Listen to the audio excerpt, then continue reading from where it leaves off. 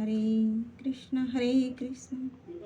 কৃষ্ণ কৃষ্ণ হরে হরে, হরে রাম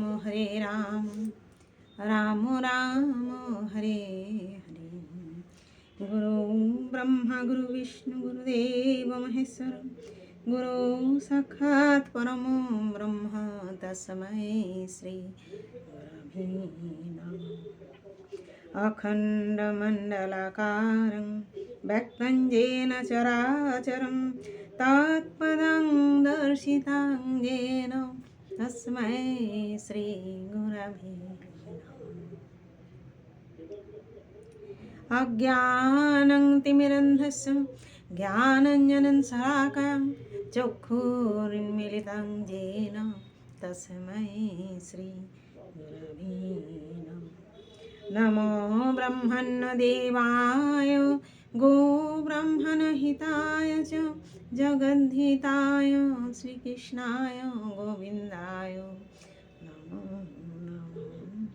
नमो कृष्णाय वासुदेवाय हरे परमात्मने प्रणतक्लेशनाशाय गोविन्दाय नमो। जय गुरुदेव, जय राधे जय राधे जय राधे। पाठ करছি শ্রীমদ্ ভাগবত গীতা ত্রয়োদশ অধ্যায় প্রকৃতি পুরুষ বিবেক যোগ, শ্লোক নাম্বার 19। ইতি ক্ষেত্রং তথা জ্ঞানম জ্ঞেয়ং চোক্তং সমাসতং মদ্ভক্ত এতদ্ বিজ্ঞায় মদ্ভাবায় উপপদ্যতে।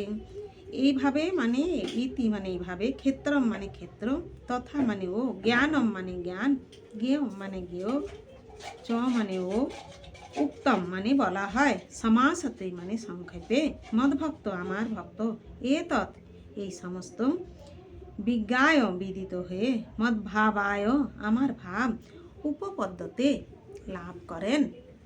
অনুবাদ: এভাবে ক্ষেত্র, জ্ঞান ও জ্ঞেয় এই তিনটি তত্ত্ব সংক্ষেপে বলা হলো। আমার ভক্তই কেবল এই সমস্ত বিদিত হয়ে আমার ভাব লাভ করেন। তাৎপর্য: ভগবান এখানে ক্ষেত্র, জ্ঞান, জ্ঞেয় এই তিনটি তত্ত্বের সংক্ষিপ্ত সার বর্ণনা করেছেন। এই জ্ঞান তিনটি বিষয়ের উপর জ্ঞাতা, জ্ঞাতব্য ও জ্ঞান আহরণের পন্থা। যুক্তভাবে এদের বলা হয় বিজ্ঞান। ভগবানের অনন্য ভক্ত সরাসরিভাবে শুদ্ধ জ্ঞান উপলব্ধি করতে পারেন, কিন্তু অন্যদের পক্ষে এই জ্ঞান লাভ করা সম্ভব নয়। অদ্বৈতবাদীরা বলে থাকেন যে পরম স্তরে এই তিনটি বিষয় এক হয়ে যায়, কিন্তু ভগবত ভক্তেরা সেই কথা স্বীকার করেন না। জ্ঞান এবং জ্ঞানের বিকাশের অর্থ কৃষ্ণ ভাবনামৃতর আলোকে নিজেকে উপলব্ধি করা। আমরা জড় চেতনার দ্বারা পরিচালিত হচ্ছি, কিন্তু আমরা যখনই আমাদের সমস্ত চেতনা কৃষ্ণোন্মুখী করে তুলি এবং শ্রীকৃষ্ণকে সর্বকারণের পরম কারণ রূপে উপলব্ধি করতে পারি, তখনই আমরা যথার্থ জ্ঞান প্রাপ্ত হই। পক্ষান্তরে বলা যায় জ্ঞান হলো যথার্থভাবে ভগবত ভক্তি উপলব্ধি করার প্রারম্ভিক স্তর। পঞ্চদশ অধ্যায়ে এই বিষয়টি খুব পরিষ্কারভাবে ব্যাখ্যা করা হয়েছে। এখানে সংক্ষেপে বলতে গেলে আমাদের বুঝতে হবে 6 এবং 7 শ্লোকে মহাভূতানি থেকে শুরু করে চেতনা ধৃতি পর্যন্ত জড় উপাদানগুলির ও জীবনের লক্ষণের কয়েকটি অভিব্যক্তির বিশ্লেষণ করা হয়েছে।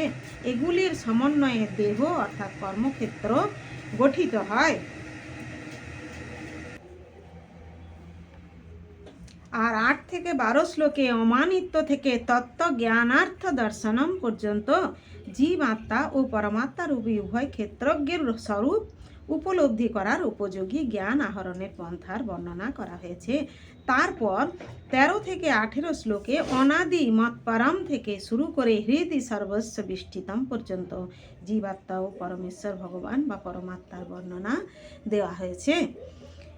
এইভাবে তিনটি বিষয় বর্ণিত হয়েছে: ক্ষেত্র, জ্ঞান উপলব্ধির পন্থা এবং উভয় আত্মা, জীব আত্মা ও পরমাত্মা। এখানে বিশেষভাবে বোঝানো হয়েছে যে কেবলমাত্র ভগবানের শুদ্ধ ভক্তরাই এই তিনটি বিষয় পরিষ্কারভাবে বুঝতে পারেন। সুতরাং এই সব ভক্তদের কাছে ভগবদ্গীতা অত্যন্ত কার্যকরী। তারাই পরম লক্ষ্য পরমেশ্বর শ্রীকৃষ্ণের ভাব লাভ করতে পারেন।